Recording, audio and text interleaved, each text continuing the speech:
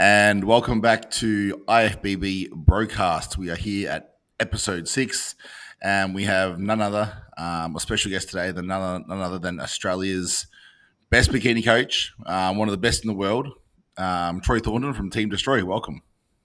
Thank you for having me on, guys. I really appreciate it. Welcome, brother.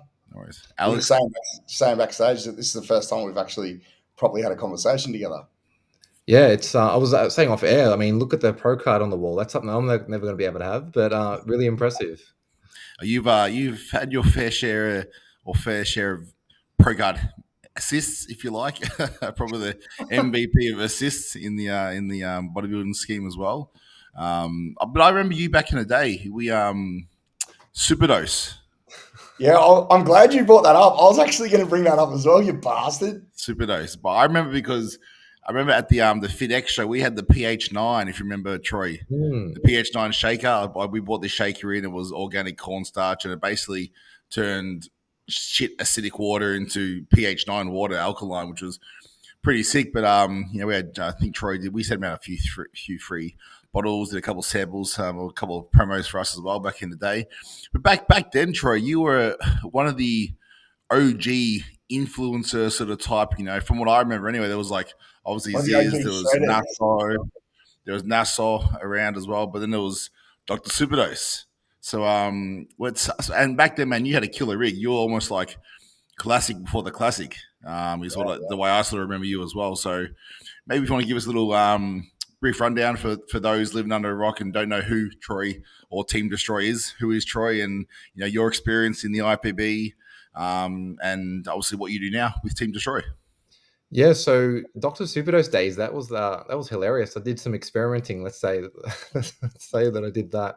But back then I was more so interested in competing. I competed as a natural competitor in A and B, and then that was when I was 23 as a junior, so that was a really cool experience. But then I sort of was just I'm not too sure what to do. I had a 2-year off season, and then I realized that a lot of the dudes that I was looking up to were probably on performance enhancement. I realized that, and I was super naive, by the way, when I was went to Doherty's Camberfield and I was working there, and a lot of the older dudes sort of educated me. And I was like, damn, what am I going to do?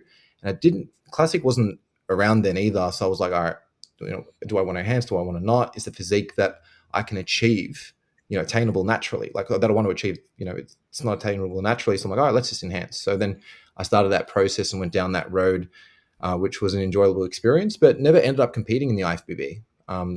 I actually ended up working. So I was working for Tony at the time, and then I worked for the Arnold Classic Australia, which was a really incredible experience. So working, with Tony Doherty in the office, helping with the marketing and sales of the Fitness Expo. Also did an Arnold Classic in Hong Kong, which was an amazing experience as well. So being around bodybuilding for a long time, I was a massive bodybuilding fan. For a long time, like Tony and I would always have discussions in the office about bodybuilding. All the pro shows will be updated on, who's winning shows. I say, Tony, did you see, Justin Compton, this is what's happening. And we'd have great chats. That was probably the best time, in bodybuilding, what I thought it was, at least, when Kai Green, Phil Heath were really at the top of the food chain. And it was so much fun working with Tony in the office. So that's kind of the little bit of a background of, where I came from. How I got into coaching.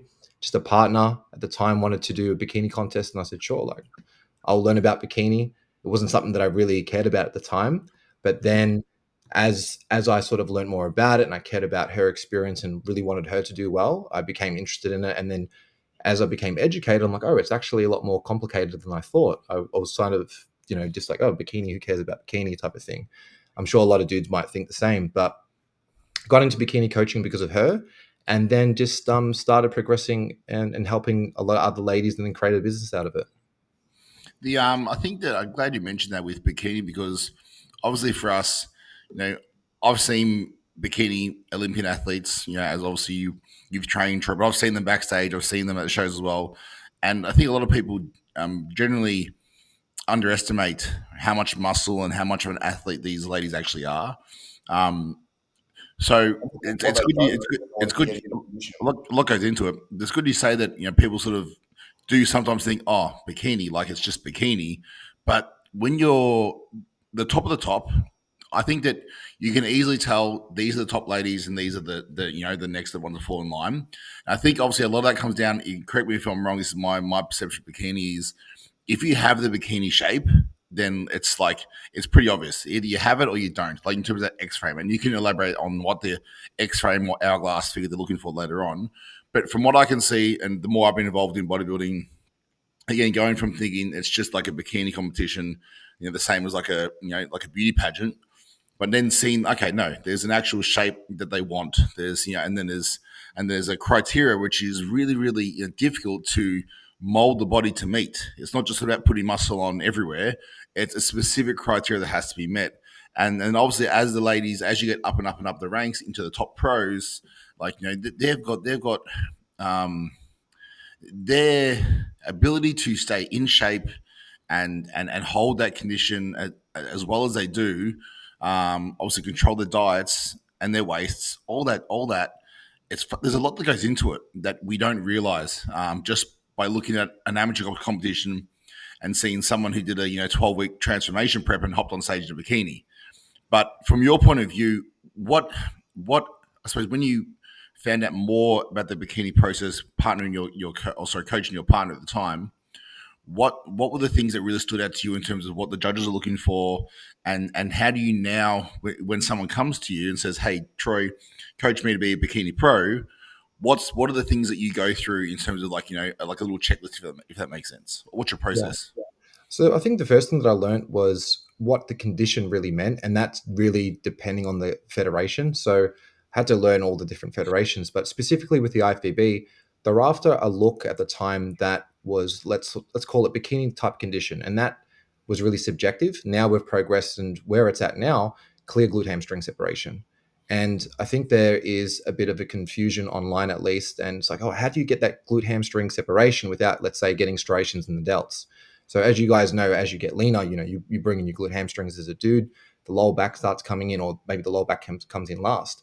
So to bring in the glute hamstrings, striated as well, all that comes in with it normally. Yeah, absolutely. So it's really ensuring that the glute hamstrings has clear separation, but at the same time, ensuring that not everything is highly striated.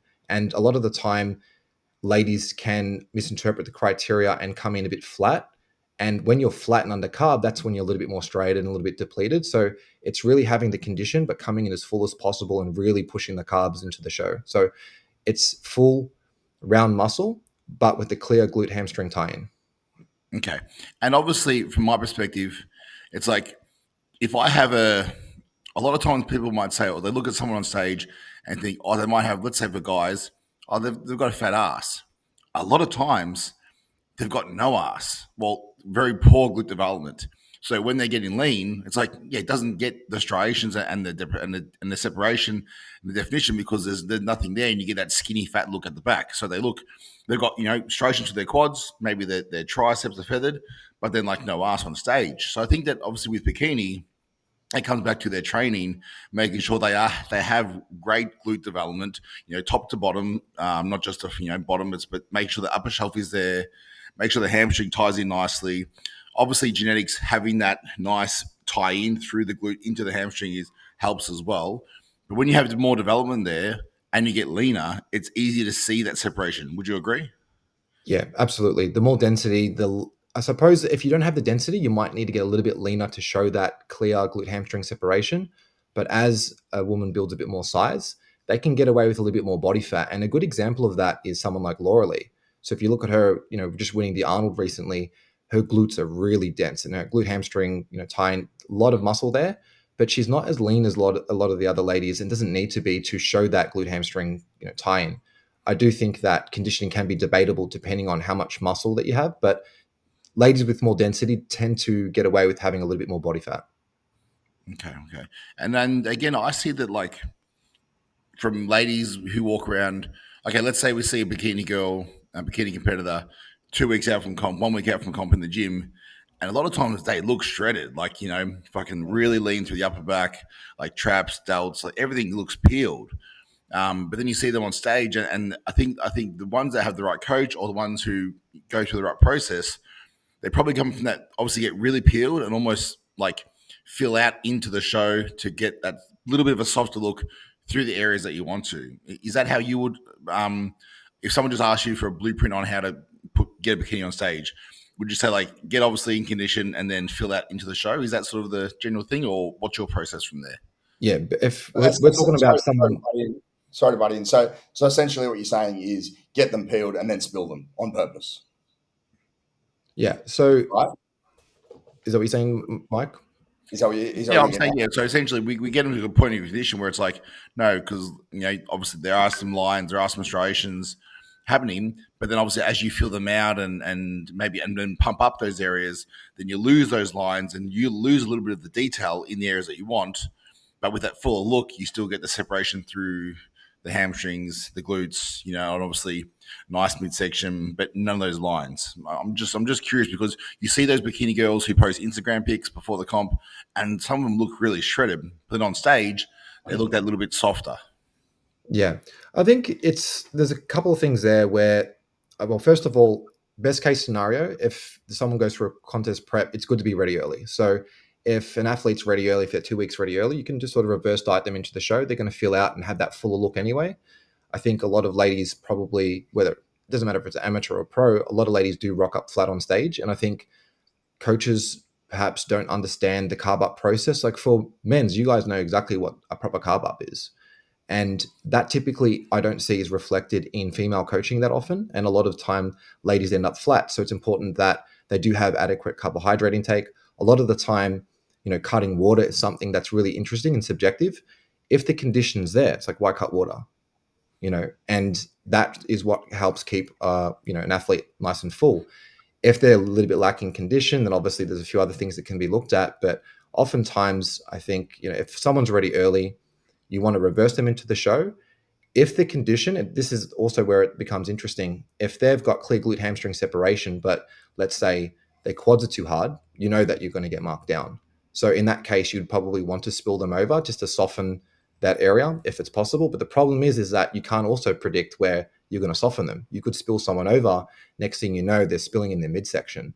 So it's just a risk versus to reward.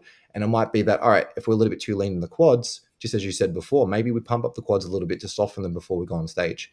And people don't think about it like that. Like, it's bikini, why would you pump your quads? But it's about doing what is necessary for the criteria to achieve the look. And so with your clients in peak week, is it well, first of all, touch back with some coaches who may not understand the carb up process, or that's required for ladies. I think that from what I see with a lot of coaches these days, and everyone's a coach, let's face it, you know what I mean?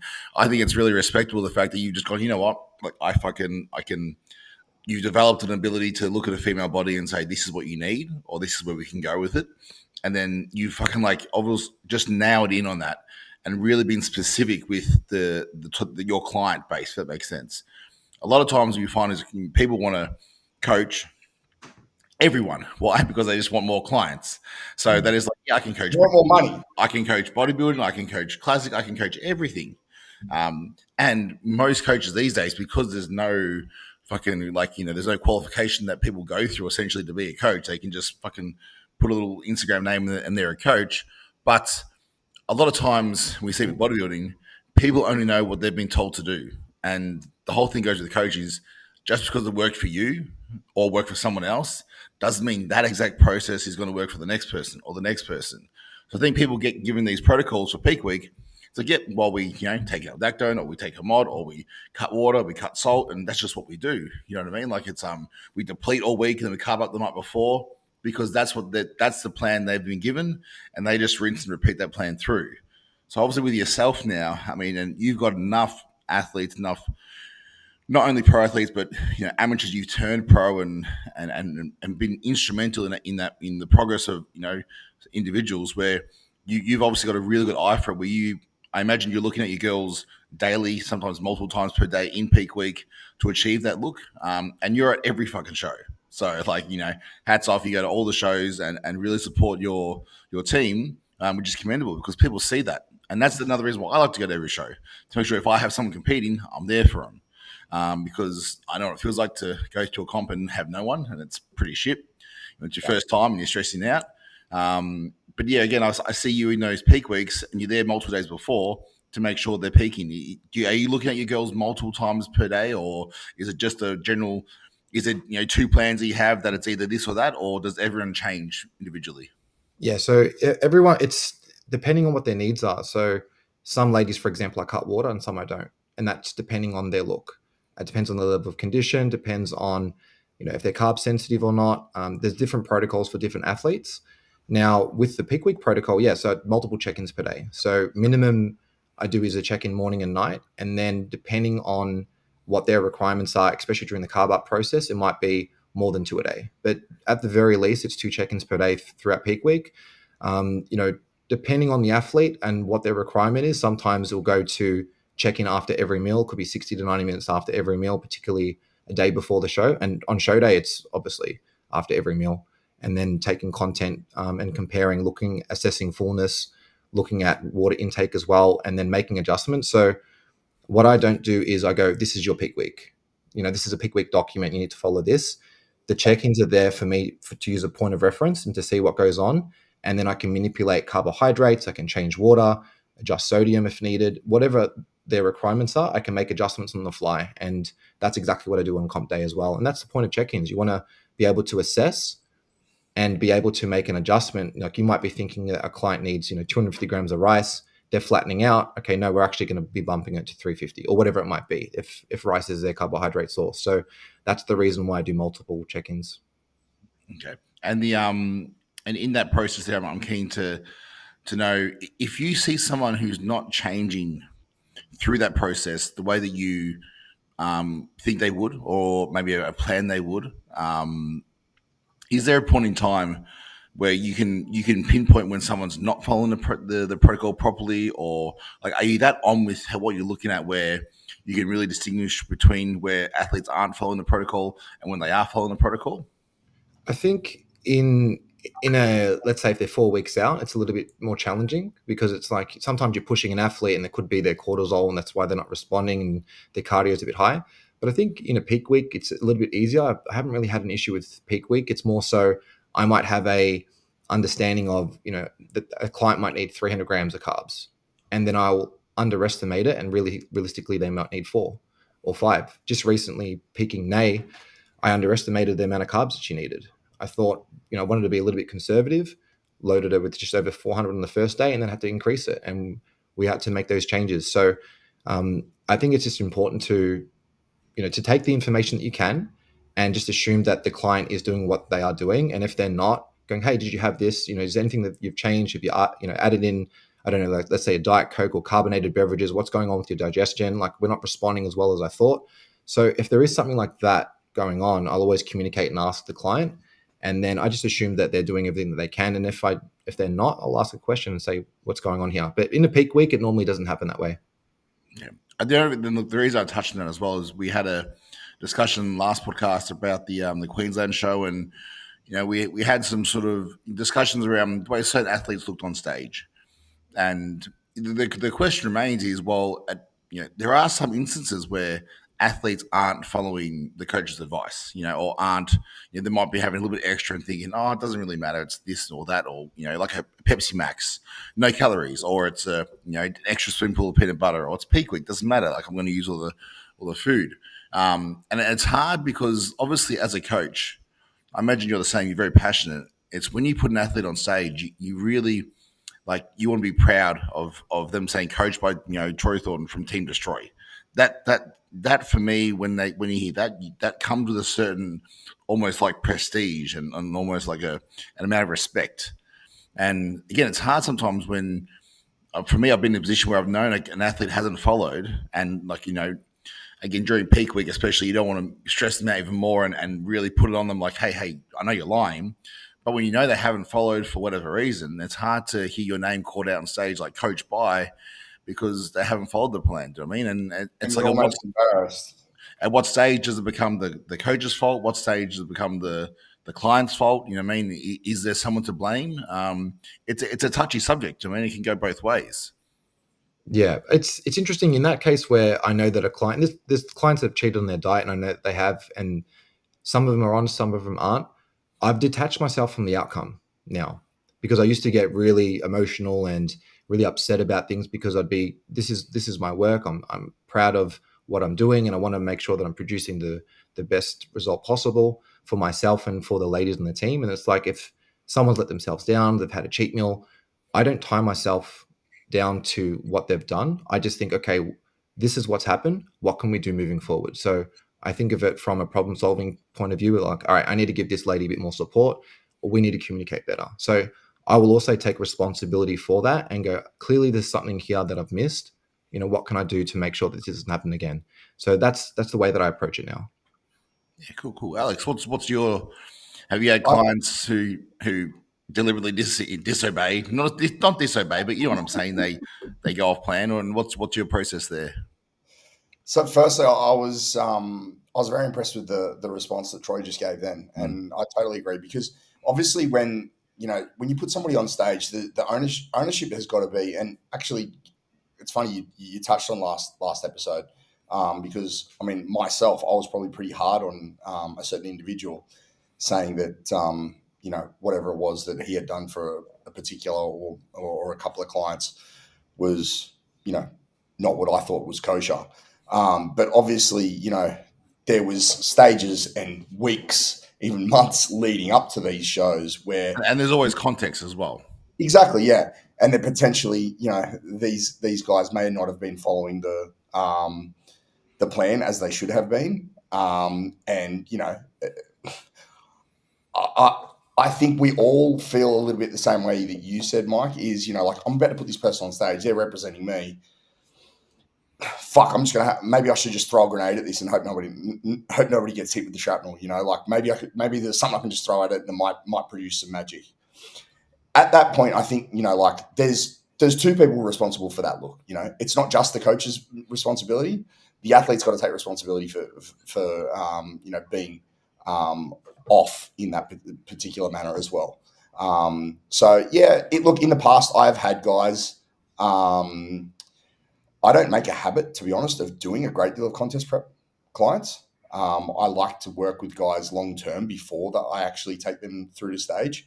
But I have had a couple of instances of guys that I know for a fact weren't 100% on point with their nutrition right the way through, probably almost all the way through.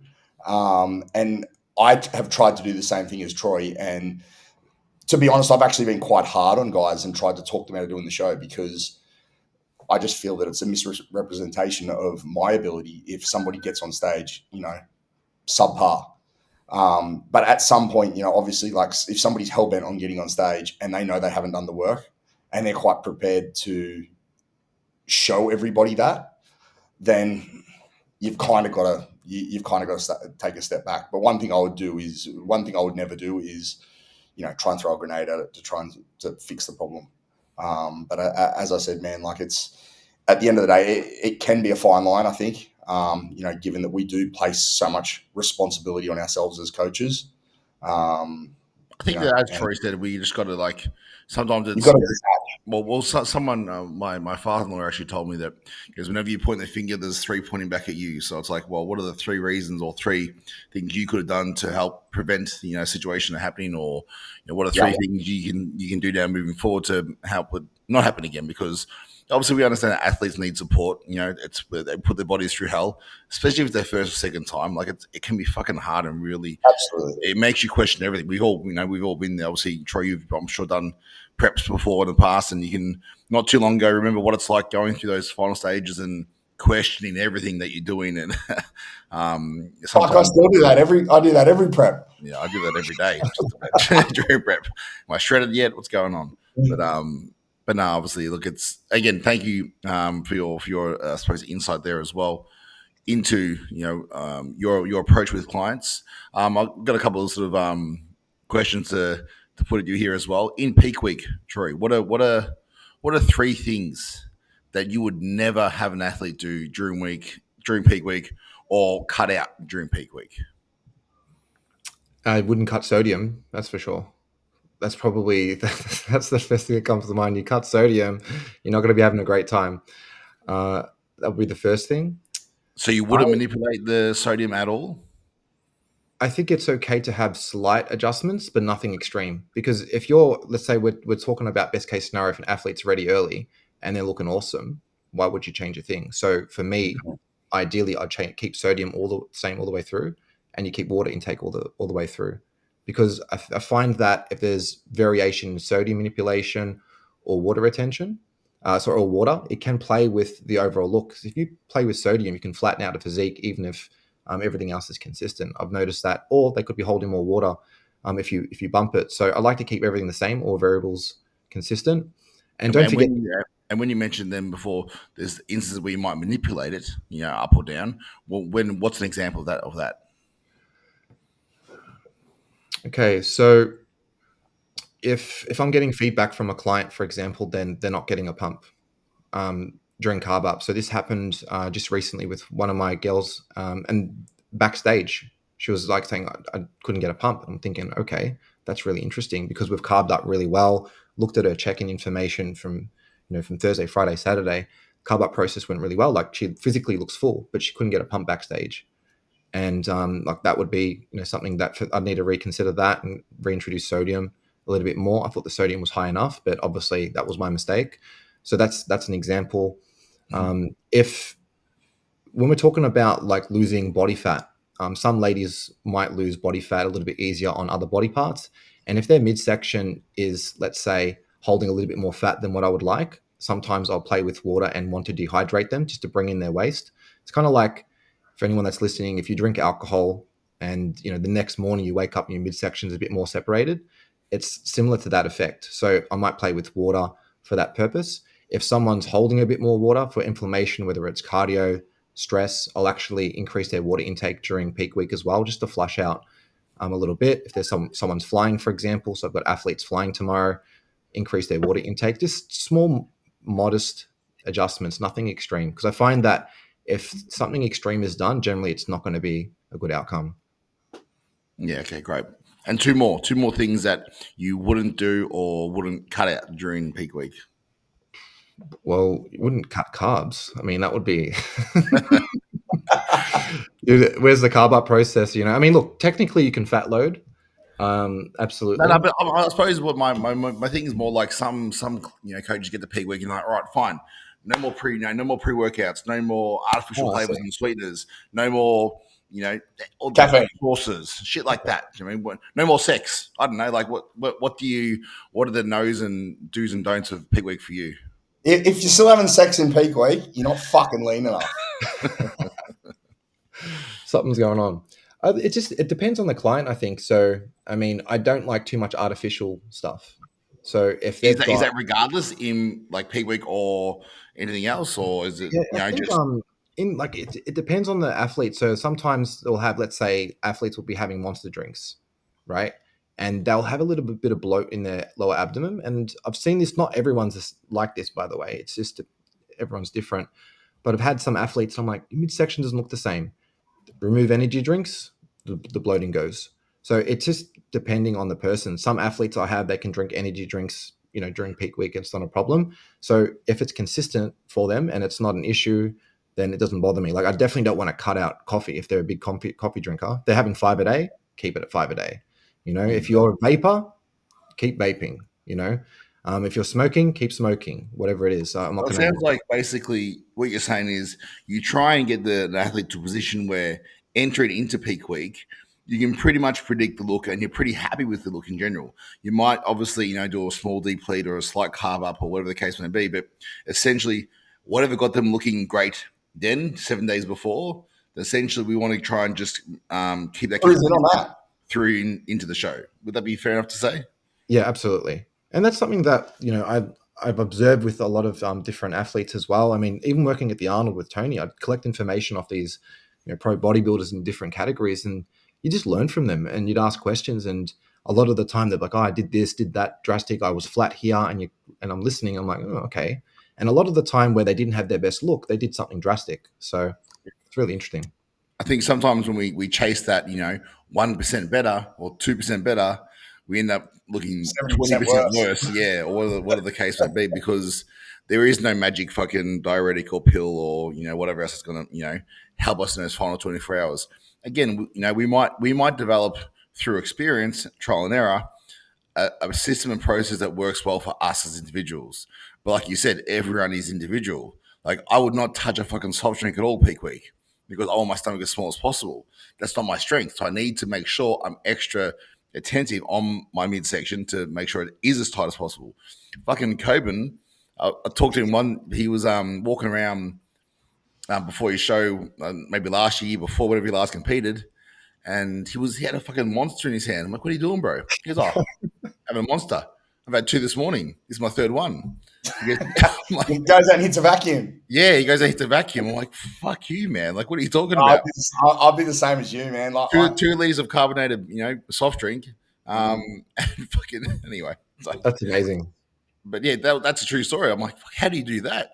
Not that I want to do it, but it's just interesting because it's like there's no way I could hold my stomach in at all if I had that much fluid on show day for me personally, and let alone that much carbonation and obviously flavorings in the every monster's a different flavor as well, of course. But between you two boys, do you find them like?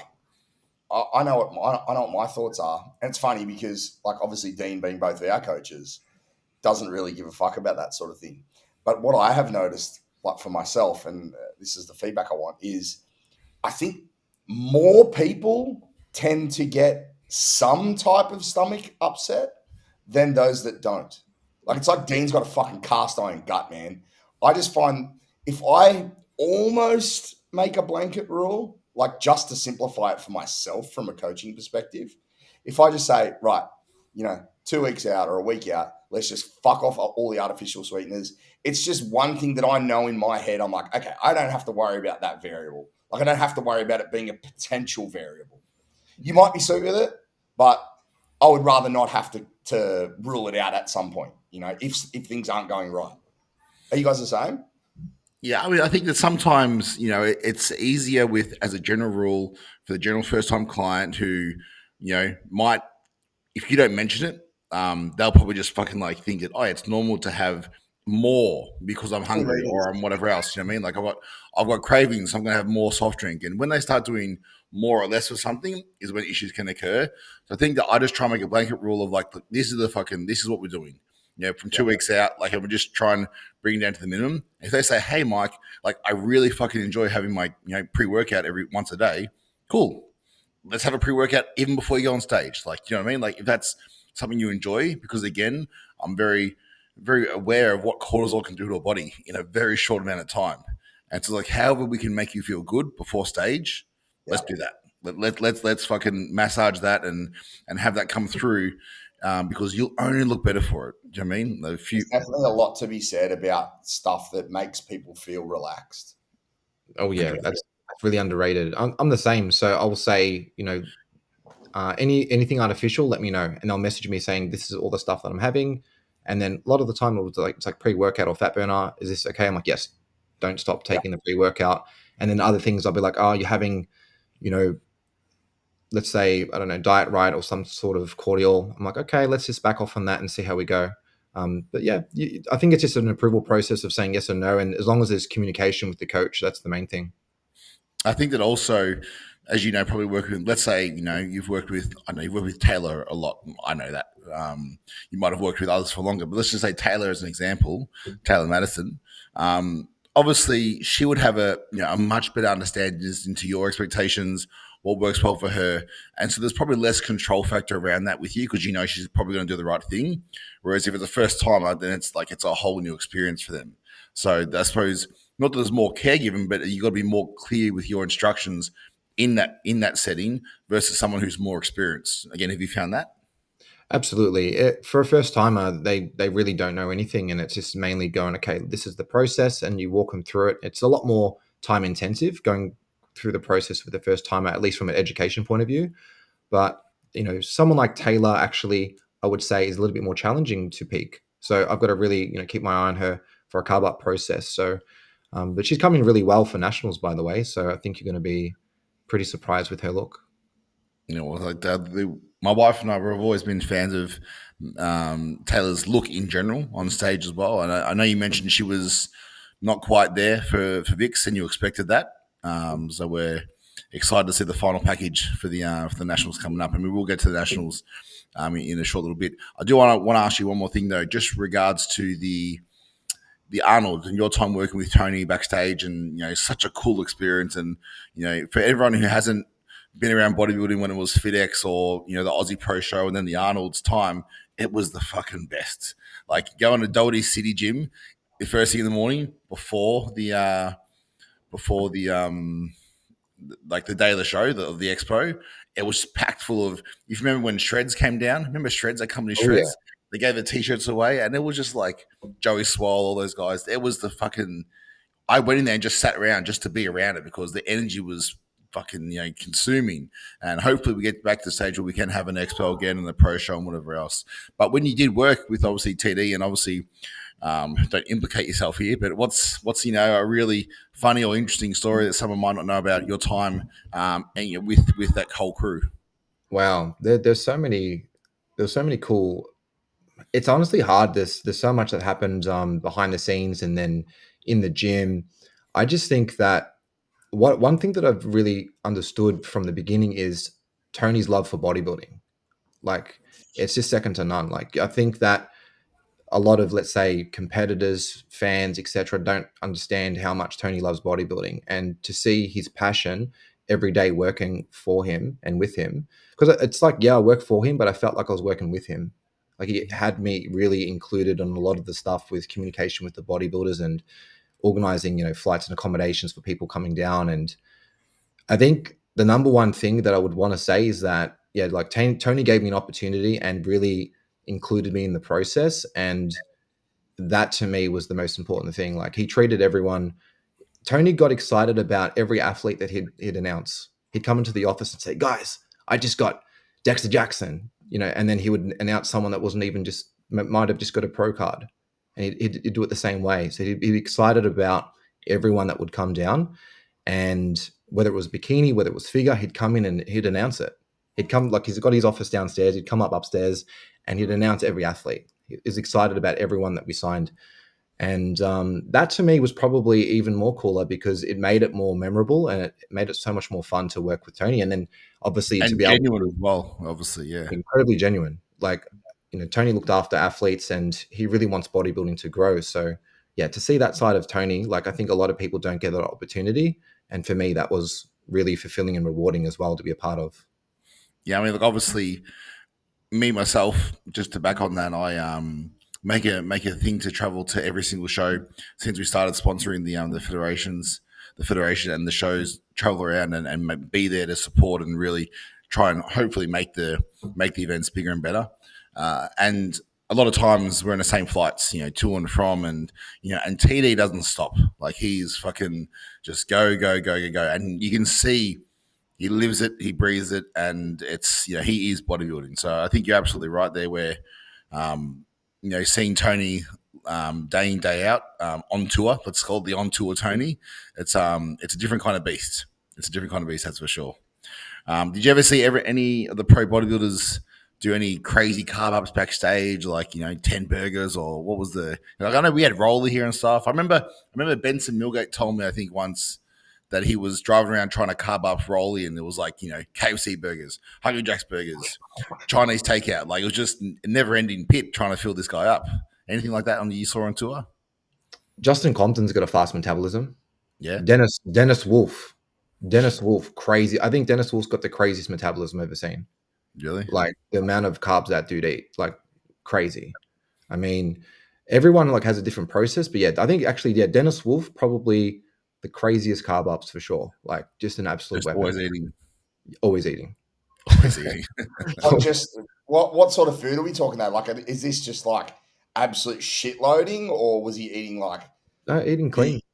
I never saw him eat shit. It was just eating clean because a lot of the time they would eat a lot of their meals in the gym and they'd spend hours in the gym. They might do their cardio, they'd eat, they'd chill, and then they'd train, eat, chill, do their cardio, because we'd see them during their peak week and they'd be doing depletion workouts and whatever else. And just I didn't really see a lot of the dudes eat like shit eating, but I didn't see, also because I was running around at the expo, as well, I didn't see them backstage so much because I was probably delegated to doing other things. So I didn't get to see them backstage. That's cool. That's cool for me to hear. And I think it's also cool for, I'm sure you appreciate it as well, Mike.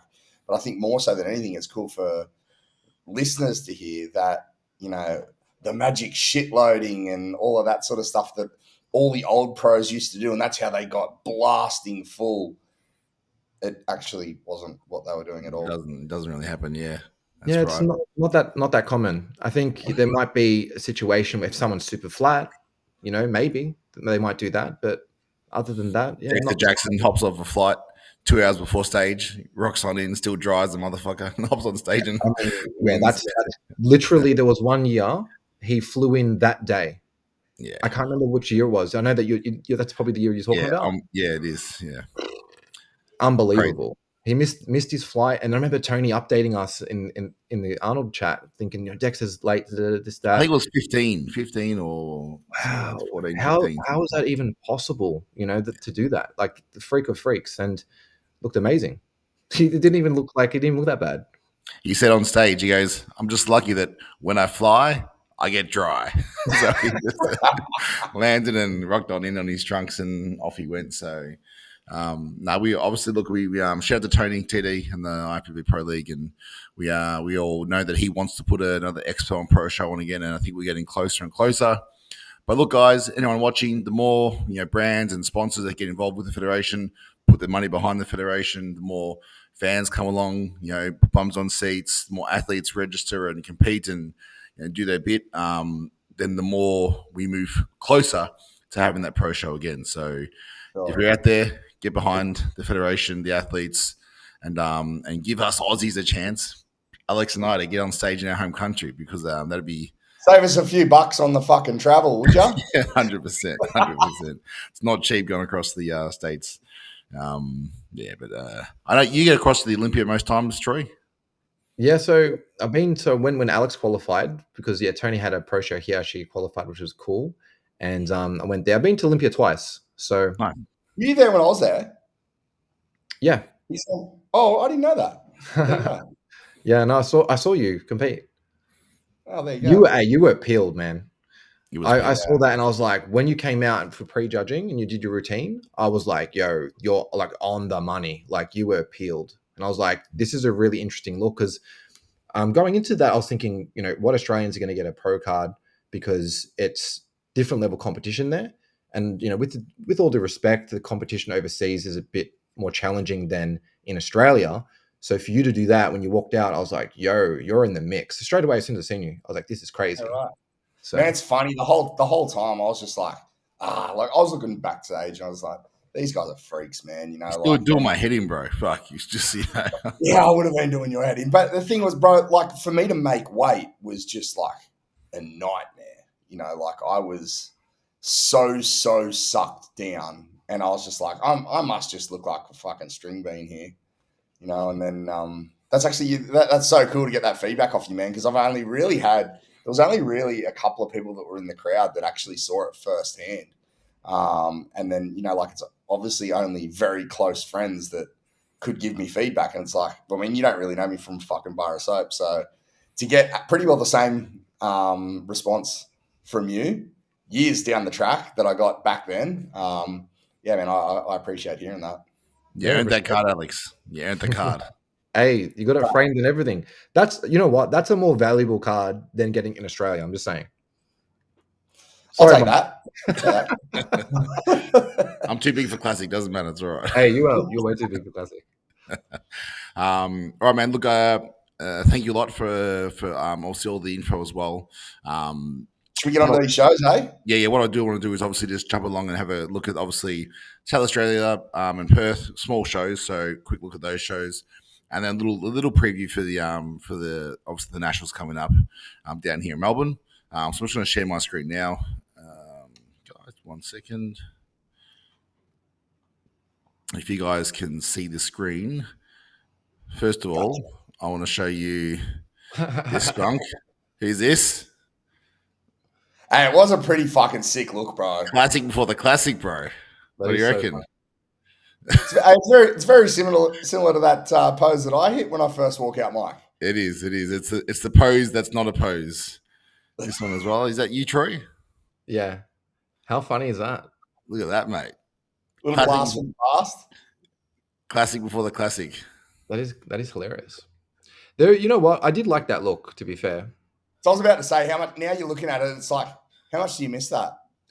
It's interesting because I hang around. I was just with Nay and Matty Baker, and I'm looking at Matty Baker put on size, and I looked at him, and I'm looking at Nay. I'm like, Nay's bigger than me now, and I'm like, I need to put on some muscle. These guys, like, they're just so impressive. Like, if there's nothing more impressive than lean quality muscle, and I'm like, damn, I need to get back. Matty looks really good too, eh? He's got a really cool structure, man.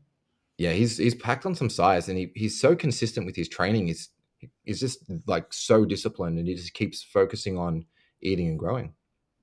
Another one for you, Troy, here. This is obviously, I think this is the 2023 Olympia here. I'm just trying to pull up some sort of photo. But for a lot of people out there who like, looking at these three ladies here, was this the top three? Yeah. Okay. So go on. You explain first, second, and third. What are your thoughts? Well, this is really interesting because it's like Maureen looks really good here from a conditioning point of view. Jen's always looking slightly, let's say, this is why conditioning subjective. Ash K is the leanest out of the three, but she's in third here.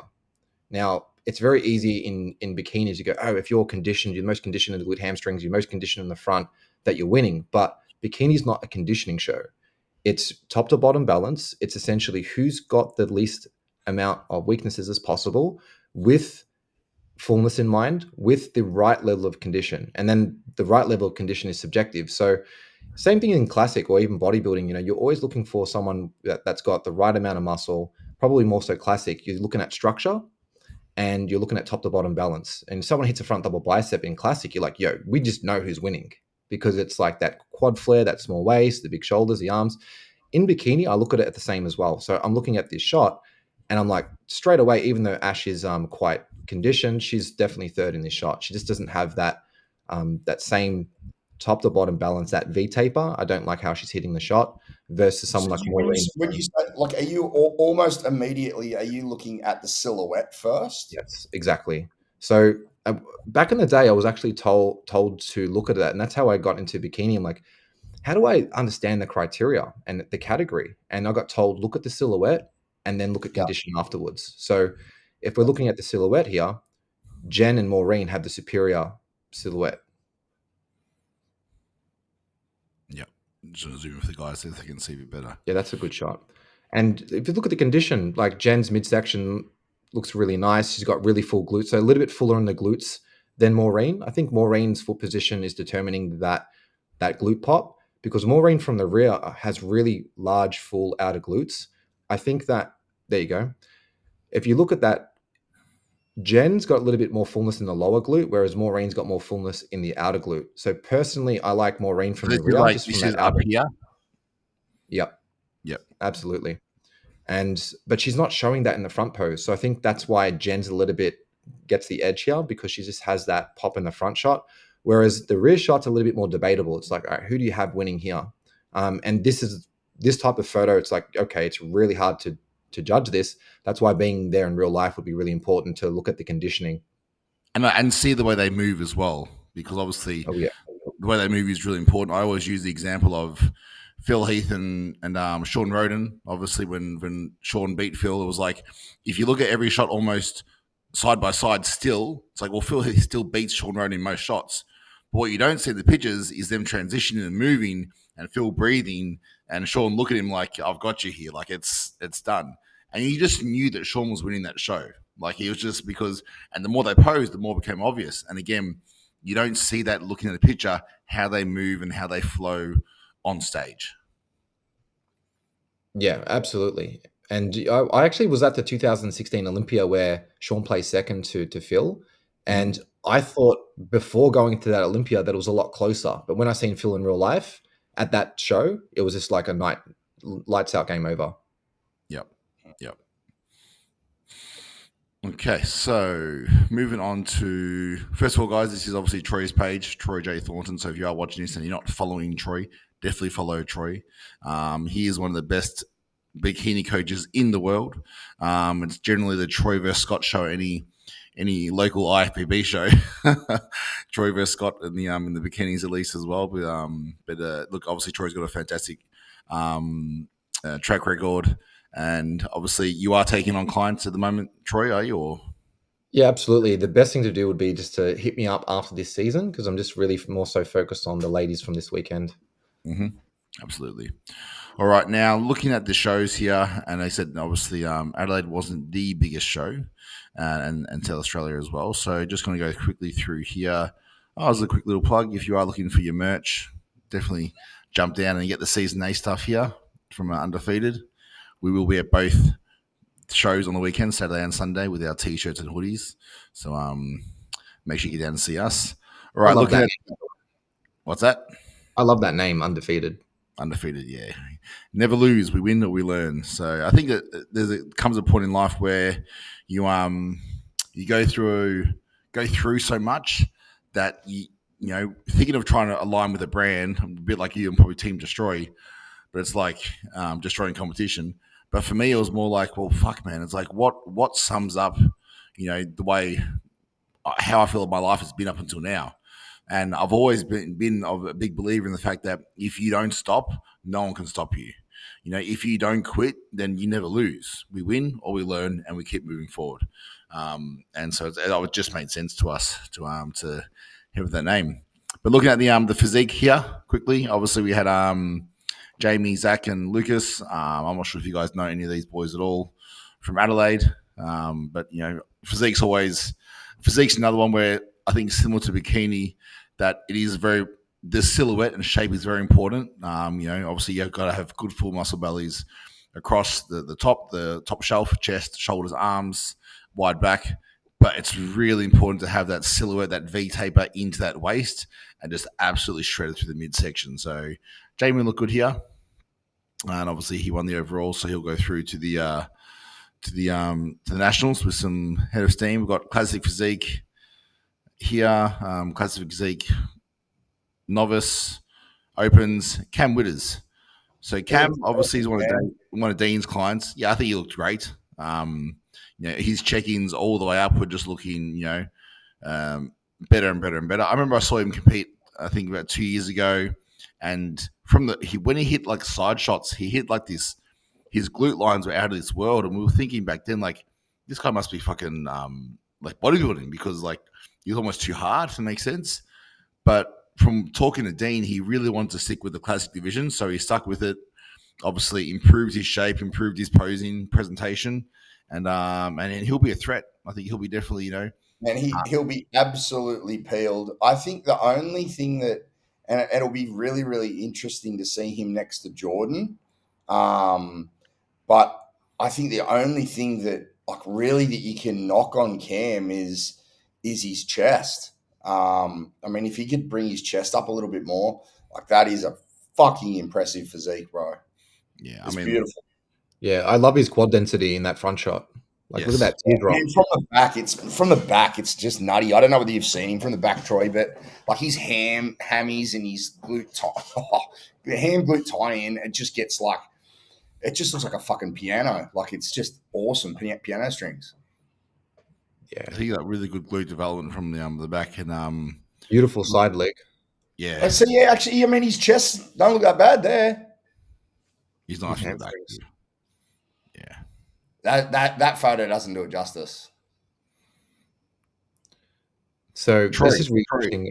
I want to know, like, I guess when we get down to everything, I want to know who's the pro card pick, but we're just go through everyone, I guess. Troy, answer me this: is a vacuum necessary for classic?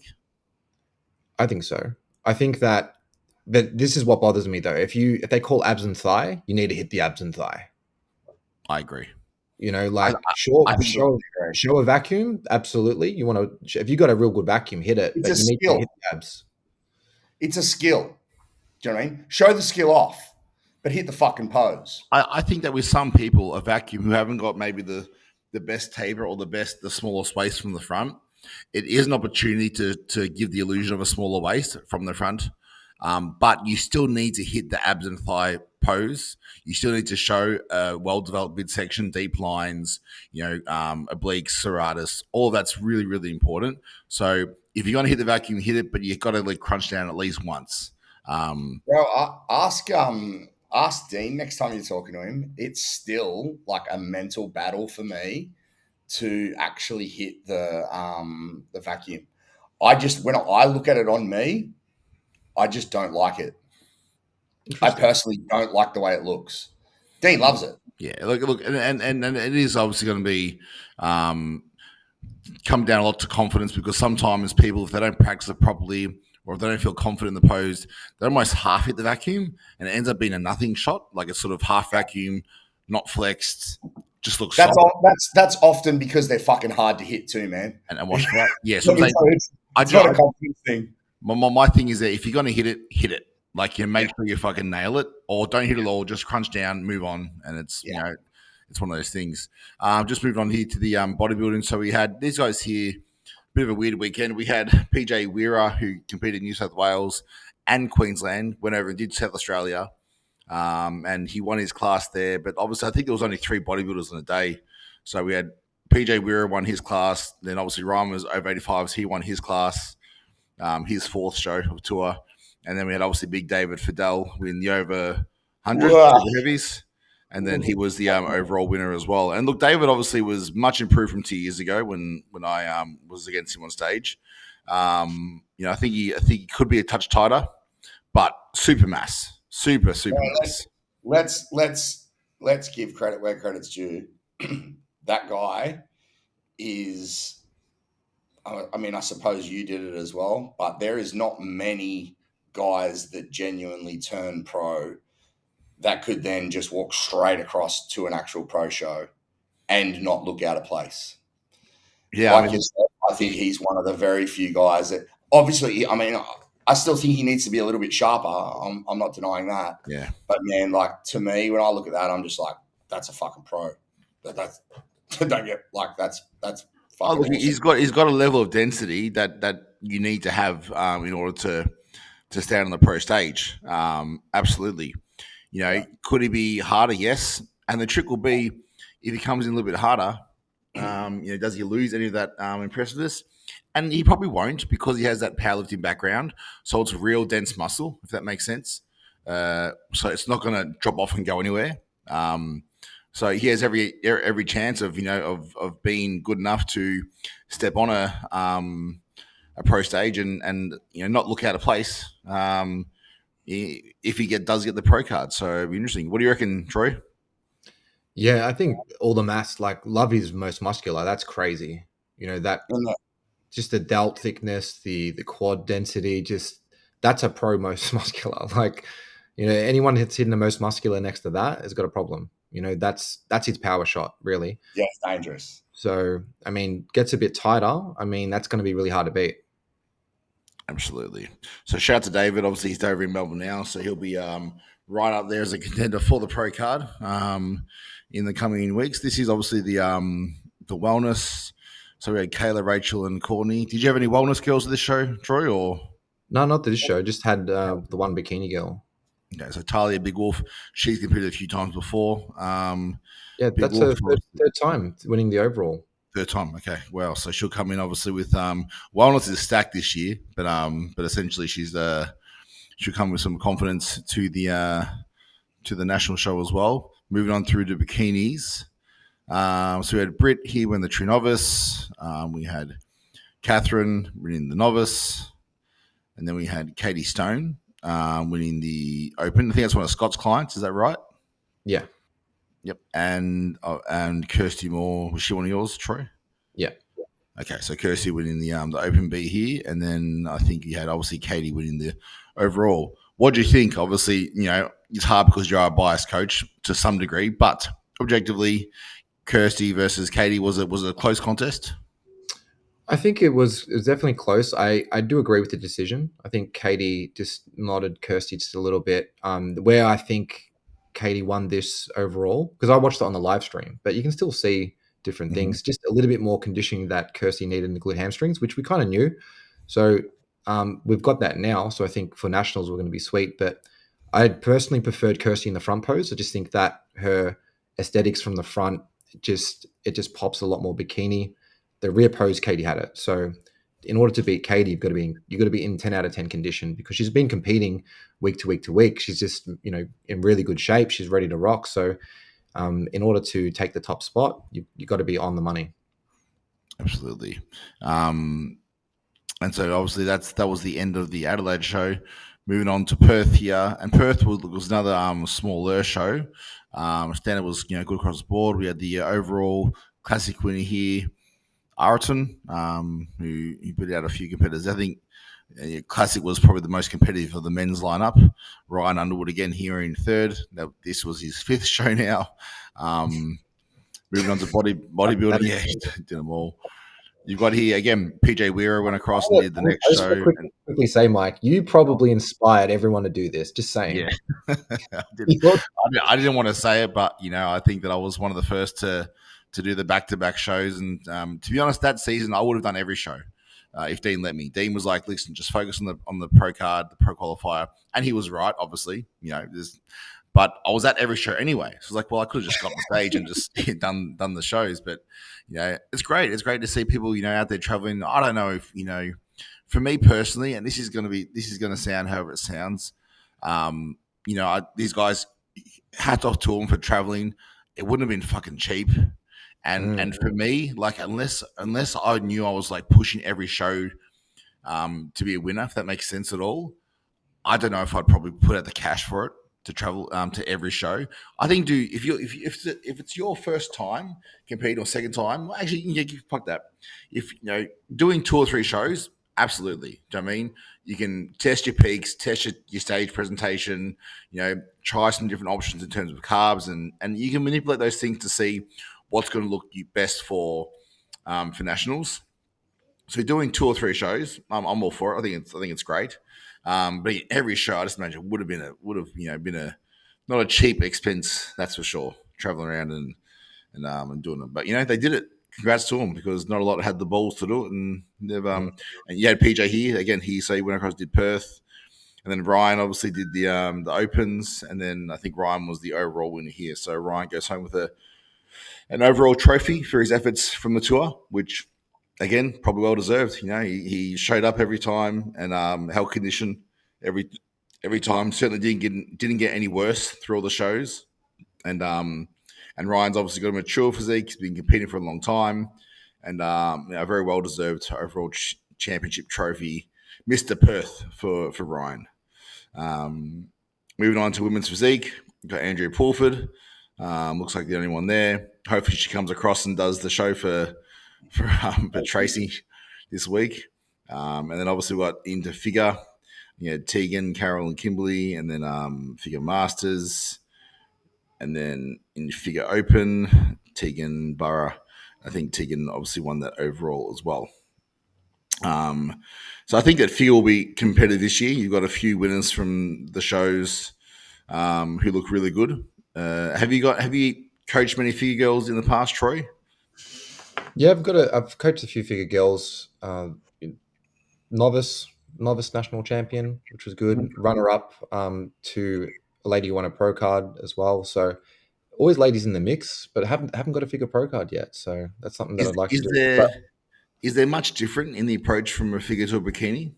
Oh yeah, absolutely, 100%. Because you've got to pay attention to condition a lot more, and water retention. I find the more muscle you have, the more water one can hold as well. So the dynamics change completely. I think obviously there's more of you can have bigger shifts the more muscle you have. So the shift from being, flat to full and then it's in between, like, dropping, again, essentially more weight, whether it's water weight or whatever else, there's bigger variances there, is what I find anyway. More muscle mass someone carries. So it can be more prudent to keep a closer eye, if that makes sense at all, on those competitors, because there can be bigger shifts in condition and in water retention across the body, and it's a lot, some more variables anyway to play with. Wellness here, so we had wellness. Charmaine, which one of your girls, Troy? Yeah, one of mine. Yes, yeah. I think you sent me her shot in the when we did the previews. originally, and she had crazy density through the lower half. Crazy density. How do you think she's set up for nationals? Because it is quite competitive this year. Obviously, you got M, who looks great. Mel, Megan. It's going to be a stacked wellness open lineup. Yeah, I think that look, M King winning 2 overalls, that's going to be quite the challenge. Charmaine looked pretty good here. I think that we can be better than this package. I was pretty happy with it, but let's call it a bikini peak week. Didn't change anything crazy. Didn't do anything drastic. This peak week, we're going to do a couple things different just to peak the conditioning a bit better. So it's going to be interesting to see how she comes up. But I definitely like Charmaine in the side shots, like her density from the side. That's her strength. Her hammy pops crazy, man. Yeah, got that hamstring sweep and just a really like gnarly quad sweep, and even the trailing leg, the teardrop, the rec fem, just that crazy shape from the side. So Charmaine, just hold the side shots as long as possible. Charmaine, quarter turn. Charmaine, quarter turn. He just still facing that one direction. I think this is a better shot from the front. You can see here, tiny waist and then really balloons out of the side there, which is an impressive look for the wellness stage. She's got many more. I think that might be a coaching page. But yeah, look, obviously, I was really impressed with her density, that's for sure. So I think she'll, in a very competitive wellness lineup, as we've said, she'll be able to stand up there and mix it with the best. That's for sure. Expected a first call out. Moving on now to Bikini. Did you have anyone in the Perth show, brother? I had one girl in the Perth show, but she ended up getting third in the Open, but she just decided to do it at the last minute. So was it Jewel or Ali? Ali, yeah. Ali, okay, yep. And we had shotgun prep, was it? Yeah, so she said to me, because we wanted to qualify for an overseas show, and she said to me, hey, can I jump in the WA show? And I was just like, I'm like, all right, let's just do it. So I just depleted her for a couple of days and filled her up. But she was in pretty good condition for the off season, so it wasn't much of an issue, but obviously not in like 10 out of 10 condition, but still pretty presentable. And we had Kaiser here who won. And I think Kaiser's partner is that Rago from WA, who's a gnarly little, like almost 2-on-2 type bodybuilder. Yeah, you competed against him. Yeah, I did. Yeah, I saw him backstage, right? Because I knew that you were competing at that show, and I was like, oh damn, this is going to be fun. Because I was like, you got competition, but then with the greatest respect, when I seen you both out there, I was like, oh. Yeah, look, a little more. When there's fucking 30 kilos, I couldn't believe how crazy you looked. Yeah, when it's 30 kilos difference, and then as conditioned, it's very, very hard. Or if not more conditioned. Yeah, he has a really nice package. I think him with obviously, and credit to him. Obviously he went in there thinking that he could win. He went to nationals thinking he could win that show, and we all go in there thinking, we want to win, obviously. But even afterwards, he was respectful, come up and goes, congrats, and he's going to go away, put on small size, come back and do it all again. So massive shout out to Rago, and we look forward to when he's next on stage again. And that was essentially the Perth show. So I'm just going to come back here, boys, and stop sharing my screen. And we're back. So thanks for your take as well on the shows recently. I think it's been a good standard for bodybuilding across the board. I think that the IFBB expected not less competitors, but they expected not as crazy busy shows as what they've had in previous seasons. Due to the fact, obviously, they've got a season B and C now. So I think it's been nice to have the competitors have more time on stage, because a lot of times you'll do a whole prep, and if it's a red line show, you feel like you've got 30 seconds on stage and then you moved off, and it's like, well, fuck. Do you know what I mean? Sometimes you want a chance just to stand up there and to show your stuff a bit more, and maybe a few more call outs, stand next to some people and get the comparisons, so you can then obviously, see how you look next to some of the top competitors. But I think it's been a good quality across the board. I think men's is going to be stacked. Front runners, we can talk about that now quickly before we finish up here. We've got physique, front runners. men's physique has to be Mr. Druitt, Wayne Druitt from Victoria, who looked fantastic. He's competed multiple shows, been close to pro card before, so he'll go in with a lot of confidence to the nationals. I think you and I have both seen him many times on stage, Troy, and he's got a great physique. I think he came in a little bit off last time, which probably cost him the card. So he'll look to make amends and obviously come in. But then there was, New South Wales had a great winner. You had this guy who finished second to him in Victoria, the Colombian guy. But he looked great. I think he went across and actually won one of the other shows recently in New South Wales, or sorry, in South Australia as well. So some competitive lineup again. I do hope that I think Stipe is his name, the guy from Victoria who missed out in the placings at the Victorian show, but has a nice physique. And I was surprised that he missed out. So I hope that he was too soft, obviously. So I hope that he pulls it in and comes in a lot harder. And are there any other physique guys you've seen, Troy or Alex, that you're excited to see their package at nationals? I think you've pretty much. Unfortunately, there was a couple of guys that I was looking for who looking forward to that actually didn't make it to stage. I won't put them on blast on here, but I don't know what happened and why they didn't make it to stage. But I'm a little bit disappointed that I won't get to see, especially one of them on that stage, as he was a standout for me. But I think for all the guys that are going to be at the show, I'm pretty sure you've nailed it for me. Yeah, I think like I'm going for Victoria, Team Victoria here. Mr. Druitt. Yeah, I'm gonna lock him in.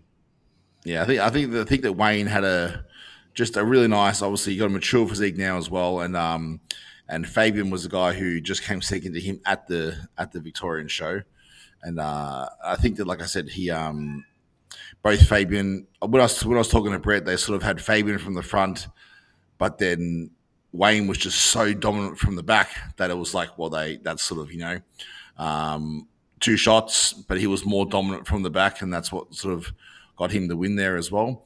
And they did like the Tavi from New South Wales. So yeah, Tavi and that's the name I was trying to think of. Tavi and Jamie, who also Jamie's from Tasmania, came up and did the show, and he's here for nationals again. So, but look, it'll be stacked. In classic physique, obviously we've got Jackson, who looked crazy first show. I would love to have seen him in person. It's a shame I didn't get a chance to see him in person. He was super impressive. It was really surprising that he made weight, obviously, because he looked so demanding on stage. And I think that Jackson will be dangerous. The judges like him, his physique for classic physique. I think it does Jordan Dashy some favors in terms of being able to stand next to someone with a similar structure. When I say similar structure, tall, takes up space and demanding on stage. When Jordan's competed before, and I think Jordan's got a great physique personally, whether he's classic or super heavy or bodybuilding, I'm not here to discuss that. But in terms of classic, when he stood next to people before, like Joe Swoll or Matt Orchard or even Tom, different physiques. And so he's kind of been the taller guy that's really stood out. Whereas I think like standing next to Jackson, and if they're the last two, then they comparison. They compare a lot better. And so I think it'll give Jordan a chance to show his strengths more so than against someone like Tom, where it was like Tom was just like, well, it's just so different, but it had that, that finish to it as well. So I see Jordan and Jackson with, obviously Cam in there as well, thrown in that sort of that last sort of dark horse, if that makes sense. Which will be really, really interesting on stage. What's your take on it, Troy? I was like, I think Jackson's interesting because it's like there's 3 weeks since Vix, and for me, when I see him in person, like he hits a front double bicep, and you're just like, ooh, like that. We talked about vacuum before, but he hits a good vacuum in the front double, and just his structure so dominating. I think the only issue he's going to come into is like, I just feel like the conditioning's not there to get that pro card. He needs to improve on that package. So if he's improved, which obviously 3 weeks is plenty of time, just to be a little bit more straight, a little bit more detail, because a lot of these classic guys come in peeled. And if you're just slightly like a bit fuller, lacking that detail, I think that's going to show when they go pose for pose. Yeah, I think definitely a little bit sharper is what's required, knowing that Jordan will bring the sharpness. Like, I think out of the three guys we've mentioned, Cam has actually been the sharpest. So it's like if the other boys are off, like Cam could actually come through and fucking take out the car. I think even with the other boys on, Cam's still going to be in the mix, and Yeah, it'll be. I hope we get 3 call outs. Three put everyone in the center once and push them around, because it'll be really interesting to see how they all happen. And again, I hope they all get to the overall with the height classes. Sometimes we don't get. I don't know how that'll work. What are their heights? Do we know? Yeah. Well, you'll have Jordan and Jackson will be probably obviously in the same height category. So I know Jordan he's a touch taller than me. Yeah. And Jackson would be similar, very similar, because he's fucking towers over me in terms of height. And then obviously Cam's quite shorter, so you'll probably end up with either Jordan or Jackson and Cam in overall, something like that is how it will look. But either way, it'll be entertaining. That could be interesting as well. Do you know what I mean? Like seeing slightly, given that Cam will be slightly shorter versus the slightly taller guys. Again, that'll be or taller guy. Sorry, that'll be a cool dynamic as well. Definitely. I suppose it'll depend on how many actual height classes they have. Yeah, that'll depend on numbers, I'd say. The bodybuilding as well. I think that there's a couple of clear standouts. We've got you look at all the overall winners. Chris Andrew from New South Wales. He's from Melbourne, but New South Wales. Obviously he looked great. I don't think he'll push for the card. He hasn't got enough size yet in bodybuilding, and condition could have been a little bit better. But obviously you've got from Dimmy from Victoria, who beat Jackson, funny enough, in the overall for the bodybuilding. And I think that if he can improve his posing, he'll be hard. He'll be a handful on stage, especially in his weight division under 100. So in the heavies, he'll be hard to beat. But then obviously looking at the super heavies and coming down to Anthony, who we know will be tighter. He'll take the feedback. He's a professional, and he'll professional in what he does in terms of application, and he'll come back better and take on the feedback. And then David, who will come in big, bigger than anyone, that's for sure. And yeah, look, if we're going to call a spade, and you and I have talked about this, we're always going to do our best to be totally transparent. I don't think anyone can match David in any way, shape, or form. Yeah, I don't see David being beat for the card unless he comes in significantly off or spilled. Which he's working with Tim. I don't see it happening. What do you reckon, Troy?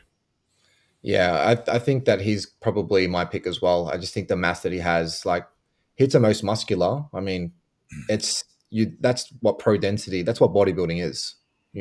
If he's got, that's what we want to see. You know what I mean? We want to see the freak show. The guy's got no neck. He's the fucking. How about this? How does Anthony beat David?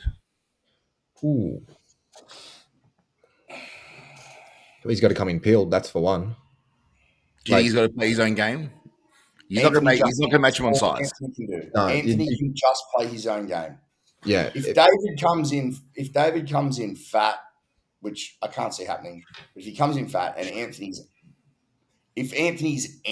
peeled, then he's pushing him. But as I said, David's got to be well off. I think Anthony has to come in. And I love Anthony, man. You know what I mean? Absolutely. I think Anthony has to come in, nail his presentation, like nail it. Like not a fucking move. Like Hardy Chupan. No matter what way you turn, it's sucked in. It's fucking sharp, tight, and almost like, without sounding like a dick, really put that on stage and have the showmanship to really say, like, let's do this, David. Like, let's see the pose. Let's see the abs and thigh. Let's see the glutes. Like, show him. And if you can get him sweating and breathing heavy, then who knows? It can, they might drag out a couple more rounds of posing, and we've seen stranger things, David was beat by Cam George, little freak, but someone weighed 30 kilos less than him only a couple of years ago. Yeah, I think posing's underrated. If you have got that posing endurance, and because they've got the 2-day show, the splitting the men and the females, they're going to run them through. They'll do a top call out. They'll do a top 2. whatever they need to do, and obviously if you're going for a battle in your height class and then you go to the overall, if you don't have the posing endurance, by the time the overall's there, you might have a problem, and they're going to run them through the poses because they want to put on a show for everyone, give them an opportunity to be compared. I'm assuming that who's head judging this? Do you guys know? It'll be Bev. Yeah, Bev. And Bev just recently at the Queensland show put everyone through, and really gives everyone an opportunity to win. Like you want to win, let's see it. Pose down, be professional, hit the same shot the same way every time, like a statue, and be aggressive. Show us that you want, especially if it's close and if Anthony's got a better waist and he's showing it and he's not fading with his posing as well. Game on. Absolutely. And Anthony, we want to see it. So I love David as well, but Anthony's got a soft spot in my heart. So we want to see him. We want to see a battle. That's what we want to see on stage. Moving on now, obviously let's just do. We'll look physique. If we get a physique, women's physique, then Tracy's gonna win that. Pretty much hands down. Let's hope we get 5 on stage so she has her chance and we get a show. I'm not. I hope so. I mean, that's if that's like not deserving of a pro card. Like, geez, that's a pro worthy physique. That's for sure. 100%. And I think she's got everything there. And I think she could be another one who could get a pro card and then probably go and be competitive. On a pro stage overseas. Have we got any feedback on how many are actually registered for that class yet? I haven't personally, no. Not who's registered. I think from what Tracy was saying and from my last discussions with Nate, it was like 4. So it's like we need one more. So I don't know. If there's any figure girl, a figure girl needs to do a double. Yeah. Talk one of the bikini girls into doing physique, Troy. They'll do it. Tracy, give kickbacks. Just kick the heels off and chuck a front double. Hey, she's likely to do it, man. She wants that card because she wants to travel and compete as a pro, man. It also looks good that the other girl from Queensland in terms of density, that Tamron. Yeah, Tamron looks great. She's bodybuilding. Density. Yeah. Crazy. Yeah. I seen her backstage, obviously needs to improve the conditioning, but I saw her backstage and I was just like, wow, that hamstring sweep, just the thickness in the side leg, crazy. Is that the lady that Ariel? Yeah, Ariel coaches. Yeah, Ariel coaches. Yeah. I was trying to work because he was talking to me earlier on in the day in Queensland, and I was he showed me photos of her quad, and I was like, it's got to be who he was showing me. Yeah, and she's bodybuilding, so that was the feedback that she got. So she'll no doubt trek off overseas and pick some shows over there, and she'll push anyone on the amateur stage, that's for sure. So she's got the density for it. Hopefully we'll see that. I mean, it'd be good. Australia needs all the pros they can get. So if we get another card overseas, let's take it. The figure, there's a few standouts there. We've got obviously in Victoria we had the NABA Pro, ICM Pro. I think Beck is her name, that she won the show down there. New South Wales, you've got Casey. Casey, who her first ever show. So I say to Casey, obviously being a coach, that she's done an amazing job. Just finished it off. She wanted to do a couple of shows, but I think that she had some work commitments going on as well. So this will be her second ever show.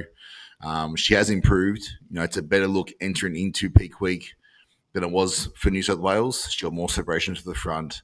She's tighter from the back. So we're on track to present a better package. And she has, again, if you look at silhouettes, she's got a nice figure silhouette, I believe. The shape's there.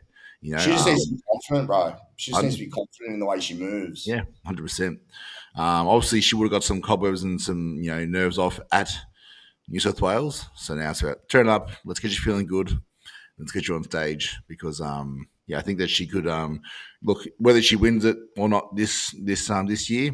She's got a career as long as she wants one in the figure category, because I think figure's also one where you people don't just have a figure physique. They've got to really have that as a genetic trait of theirs, and then obviously they can grow it and work into it, because they've got to be able to fucking train, man. Well, when you go against those the US chicks, like fuck, man, they got some crazy tapers on them. Waists like smaller than my wrist, shoulders broader than fucking you, Alex. Like they're just incredible shape monsters. A lot of these girls. So whoever wins the pro card is, obviously it's important to have that shape, because when you do go and stand on the stage, you've really mixed it with some of the some absolute freaks of the world. Although the lady who won Queensland, she was also I think her first time as well, and she was really well conditioned. I think from the front, I didn't see her from the back, to be honest. I was up at the booth, but she looked like she had great separation from the front. I think Casey's probably got a better overall shape than what she had. But again, until they stand next to each other, it's hard to go either way. What do you reckon from what you've seen with the figure girls, Troy? I'll call it like it is. I think Casey has it. I think she's the best that I've seen. I think that the only competition that she'll have and run into would be Seville from New South Wales, because she's got the structure, she's got the size, she's got that bubbly muscle. If she's in condition, sure, is 4 weeks enough time for her to be in that condition to take that top spot? We'll have to wait and see, but I'm saying Casey for the pro card. Yeah, I think it's Seville, and the reason why I didn't mention Seville was she has, again, the shape is just, it's there, the muscles there, density there, her shoulder, everything is there, they're crazy.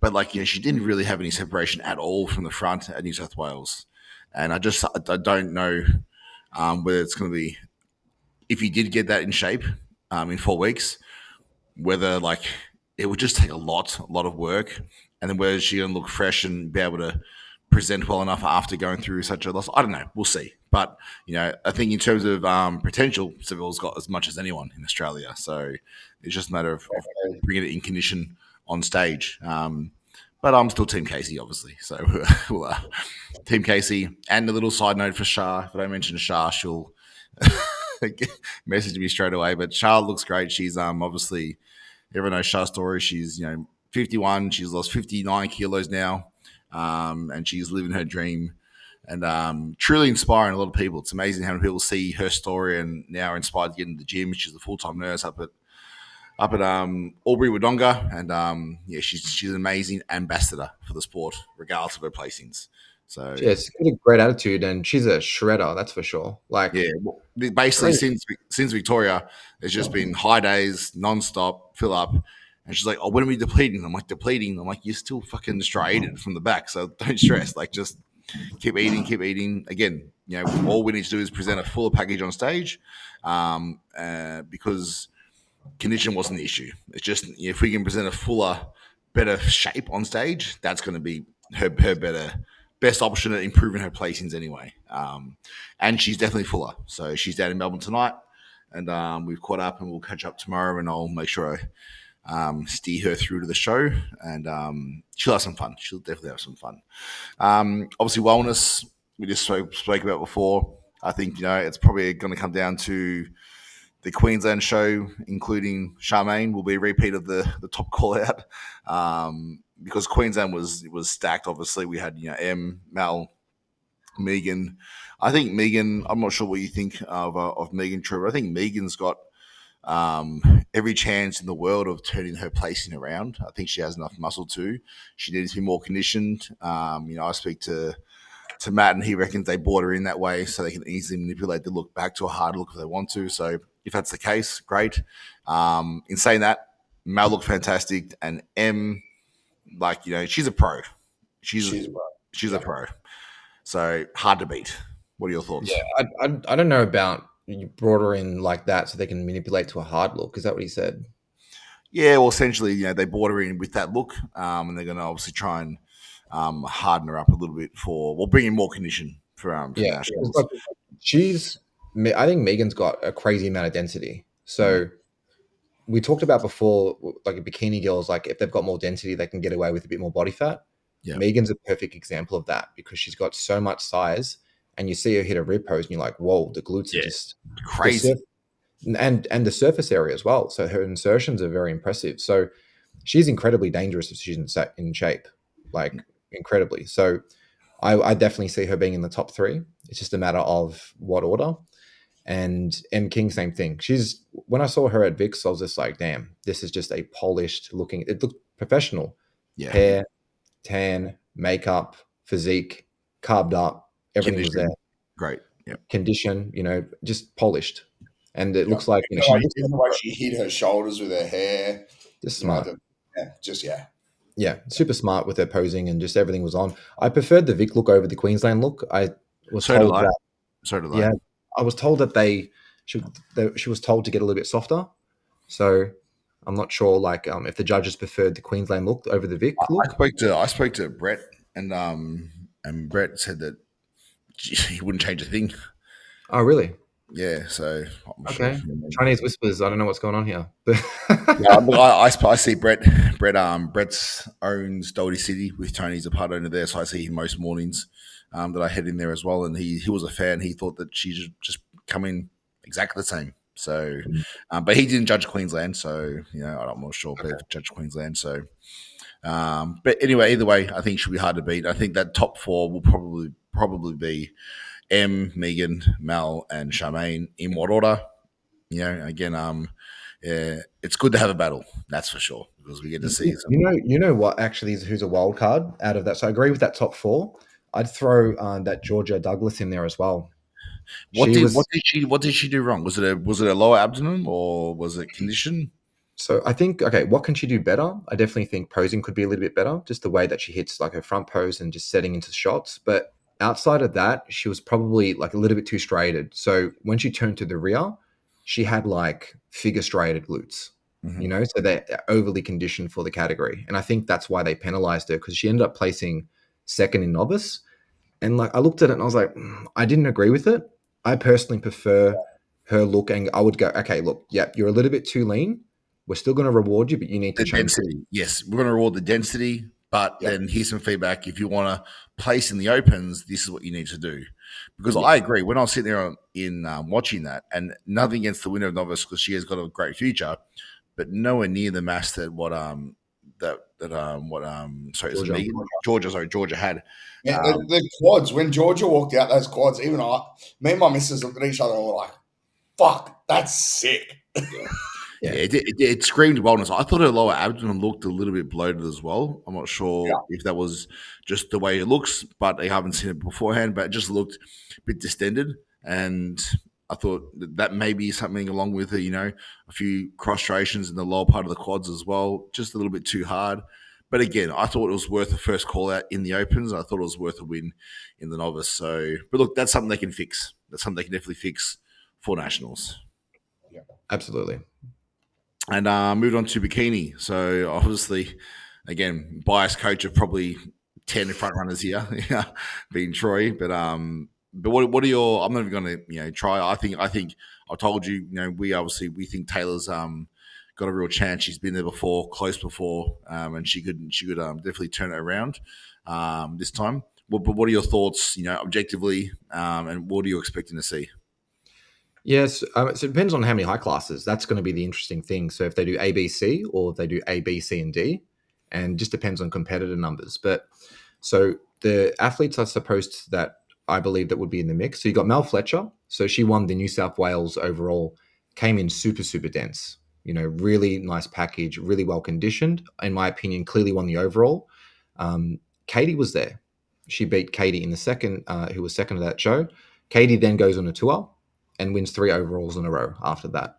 So she got better and better and better at each show. I think maybe the SA show didn't, probably peaked in Queensland, but very much in the same ballpark. So that's an athlete to look out for as well. I got a few other clients in the show that are definitely, I think that, to be fair, my athletes all have been a lot better. None of them has peaked. I wouldn't say none of them have presented that 100% package. So I've got Alan, got Taylor, Kirsty, and I've even got a first timer. Is that from you being conservative, you think, Troy? No, I always I don't believe in the whole thing about we're going to leave something in the tank. For me, I want to present the best package possible. So based on a few different variables, we didn't get the job done. So, Taylor needed to be, a lot leaner than that. I don't like when coaches say, "Oh, we were saving something for later." It's like, either do I. Nah, it's bullshit. Yeah. like I can't. I'd be lying to you guys if I said that. That's just not true. Like, the goal is to win every show that you compete in. We're not going to leave at 5% so the door's open. That's just doesn't make sense. But the good news is that although we didn't finish the job with a few, like, let's say Alan just missed out on winning. Taylor missed out in the overall. Kirsty was in the overall, but missed out again. They just needed to get a little bit better condition. The overall look that they have, the top to bottom balance, the posing, it's all there. Whereas the other ladies, they can't get better. They're in condition. If condition was an issue, who's got the best shape? I've got 3 really good ones, so I can't say, but it's definitely one of my team. I can point out, if you're going to ask me in no particular order. In no particular order. In no particular order. Yeah. See, it's if you look at the front pose, I think that it's clear if you look at it objectively. Taylor, Alan, Kirsty on Team Destroy had better front poses than Katie and Mel Fletcher. You can look at that and go, let's have a look at the front shot. Let's look at the waist, the shoulder-to-waist ratio, the overall bikini look. That's not debatable. What is debatable is the rear shot. Yeah. So Mel Fletcher is very, very dense in the rear. I think that she's got really good glute development. The conditioning's there. Who can hang with that level of density from the rear? I think Alan can. But it's not just the rear shot. It's not just who's got the best bigger glutes. It's also who's got the best top to bottom balance. Who looks like a bikini girl? Are we talking about someone that's got impressive muscle that hits a rear pose that's, let's say, the bikini girl running like a Ronnie Coleman? No, we want top to bottom balance. We want flow. We don't need to be overly developed. So there comes into question of who flows like a bikini girl, who has the best top to bottom balance. And that's the debate, I suppose, that we're going to be able to see once we see these girls on stage and getting compared. We are definitely looking forward to seeing the battle of the Troy versus everyone else on the stage, Team Destroy. But I do want almost as much as I'm enjoying this ice cream. I do want to thank you for sticking around through Alex eating ice cream, but he's in prep, so we'll pass you on that one there. And obviously, look, thanks for your input. Obviously, Troy, you have established yourself as probably the premier, one of the premier bikini coaches in the world, not just Australia. Obviously, your athletes are now international, and we have no doubt that we expect to have Team Destroy to have almost like that Atlas presence at the Olympia. With all your girls who impressive that you seem to turn them pro, how you help them through that process, but then they stick with you, and that says more about you. Like I personally, as a coach, I so thoroughly enjoy when I work with someone and for whatever reason we stop working together, they try different things. Hey, it's cool. But then they come back. It's like, that's like, okay, not, that I'm greatest or not, but it's like, it's nice to know that they felt like they didn't get that somewhere else. And so they're coming back because, so they have that trust and connection with us. And with yourself, you see a lot of, your girls where they with you and then leave and then to try something else, but they all seem to come back, if that makes sense. So it must be a key that you're doing something right. Obviously, your results speak for themselves. But not only, obviously, as a coach, as a business person, because in the business of coaching, apart from people just trying to make a quick buck by coaching as many people as possible, and bodybuilders often looking to avoid working as much as possible. It's like, well, how many people can I just send my plan to and get them to pay me for it? Anyway, that's my personal opinion. But as a successful coach, what's 3 tips you would give to someone who says, hey, I really, I love fucking bodybuilding. I love, no matter what division it is. What's 3 pieces of advice that you would give them in your experience in order to become the most successful coach they can? Most successful being A, being able to support yourself and your family with money. Obviously, it's important. And then B, obviously, attract the best athletes and get the best results. All right. So the first thing I would do is I would focus on a niche.